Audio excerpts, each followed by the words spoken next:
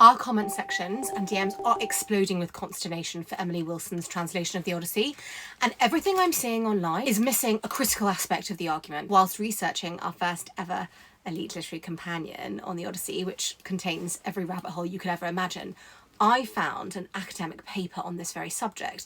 Now, Dr. Richard Whitaker's Homer Three Ways excoriates Wilson's approach, but encapsulates the whole controversy between translation and interpretation.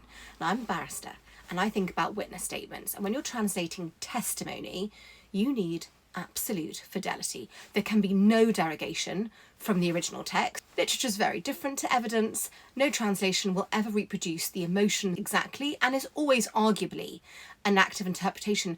But Homer's poems aren't witness statements. The Homeric question is critically important here. Did Homer exist as the blind poet writing a fixed, immutable text?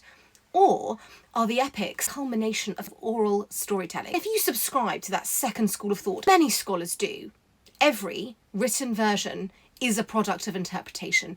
Even in antiquity, scholars in the Library of Alexandria, Aristarchus, were arguing over an individual Greek preposition. Some epithets, Pallas for Athena, may even preserve elements of pre-Greek linguistic terminology. These poems have never been static. They are more akin to Shakespeare, performed for the masses.